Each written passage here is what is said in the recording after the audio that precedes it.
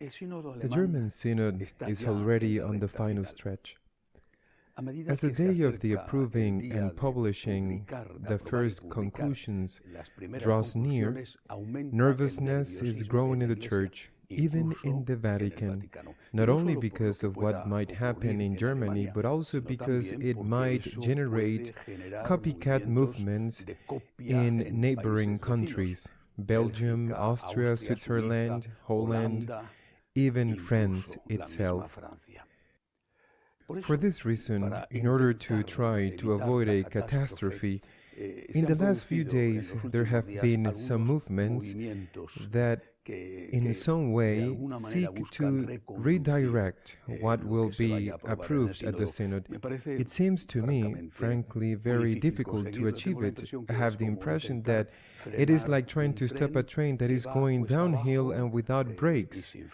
At this point in time, this is a very difficult thing to fix. The first movement that has taken place is the pardon. One could call it that way, of the Bishop of Hamburg. The Bishop of Hamburg is implicated in the protection of several pedophile priests. Well, the Vatican has decided to keep him in his post, much to the dismay of the victims' associations.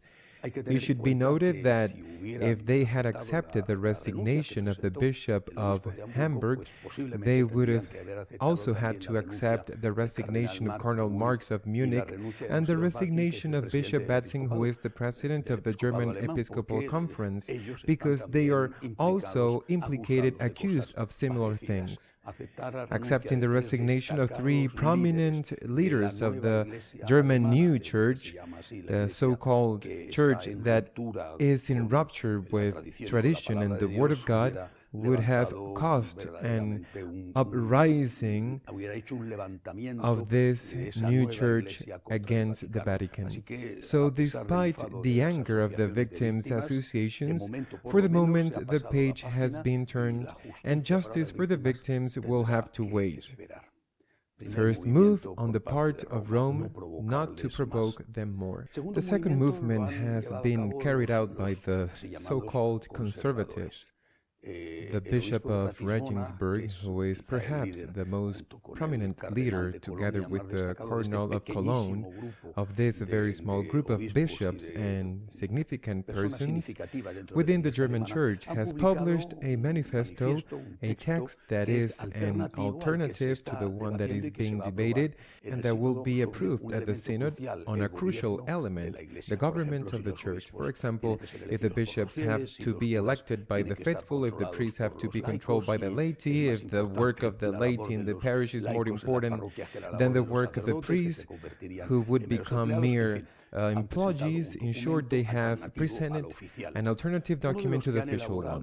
One of those who prepared this document, a German theologian, has said that the official document, he said it very clearly, is heretical. He has said it without any doubt, and that this document cannot be approved even if it is going to be approved. Well, this could have been interpreted as the predictable reaction of the reviled and insulted conservatives, who are described as fundamentalists, rigid, and that they are to blame for the fact that the Church does not advance rapidly towards integration with the desires of the New World Order. It could not have been of greater importance, but there has been a third movement, Cardinal Casper.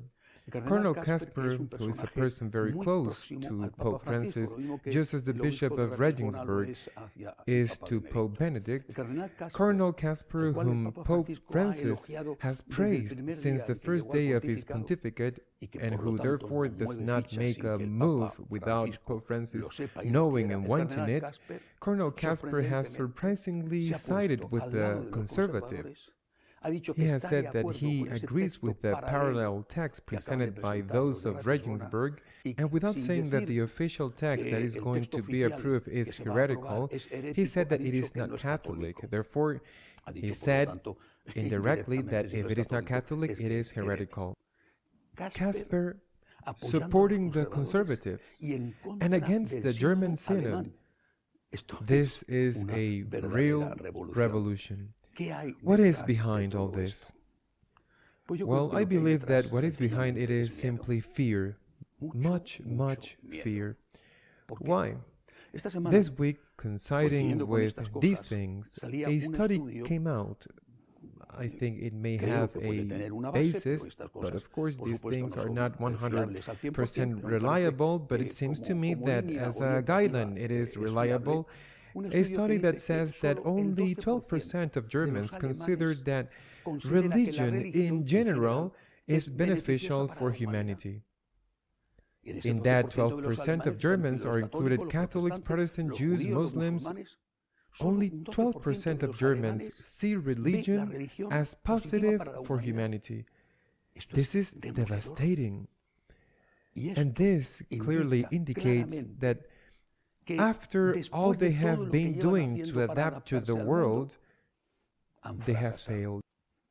If only 12% consider that religions are doing, including Catholicism, is positive for the world, it means that those who are promoting change, those of the new church, those who say that everything starts from now on and that it is necessary to break with everything that came before the Word of God and tradition, they have failed.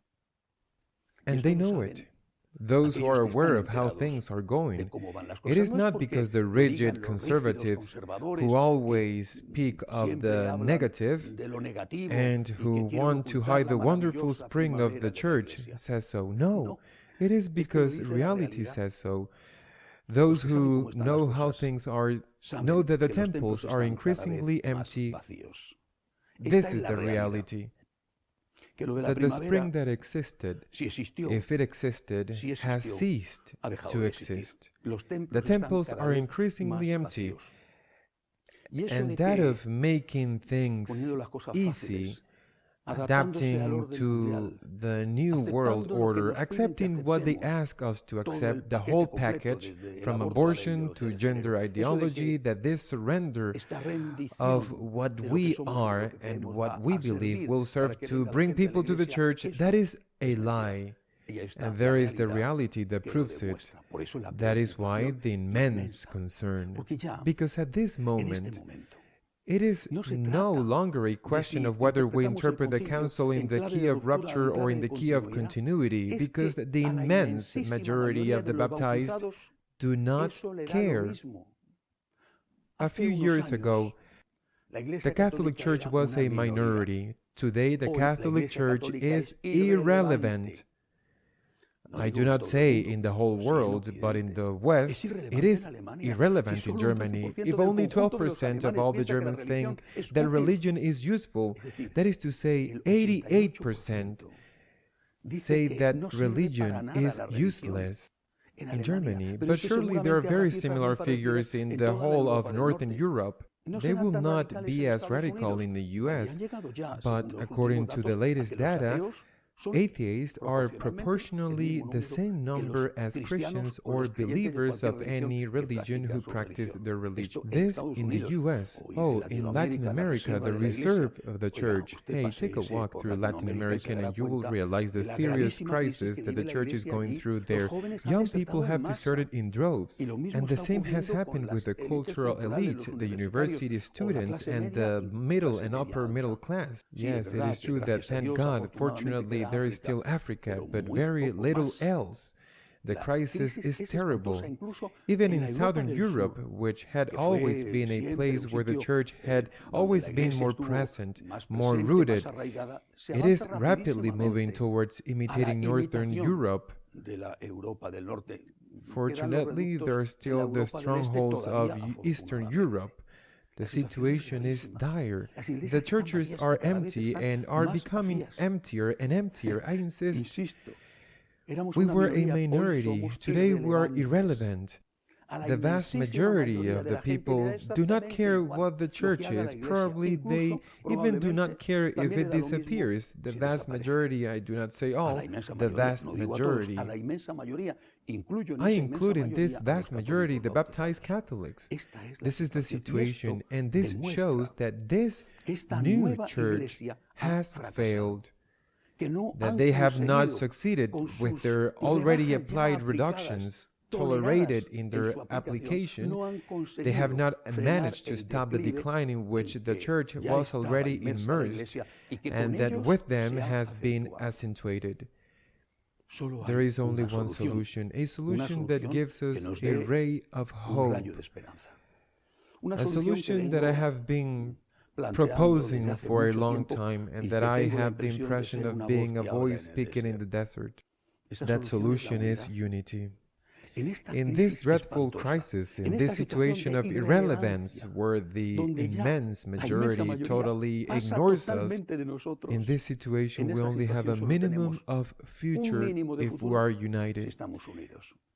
Unity cannot be achieved, and this is what has been demonstrated during all these years. Unity cannot be achieved if it is not around the Word of God and tradition. The new church has failed. They have to recognize it. They recognize it, they know it, even if publicly they do not want to admit it. To stop the conclusions of the Synod, as the Vatican is trying at all costs. To stop that, I see it very difficult because the synodal structure itself has made that the control is no longer in the hands of the bishops, but the control in the hands of the laity. This, I insist, is like a train going downhill and without brakes. It is very difficult, if not impossible, to stop it. But at least it will serve to demonstrate that the new church is an absolute failure. We have to be united. Only unity is our reason for hope. We have to be united around Christ, around His Word, and around the tradition understood as it should be understood, a tradition open to the future, but which does not go against the past. Either unity or disappearance. The new church has failed. Until next week, God willing.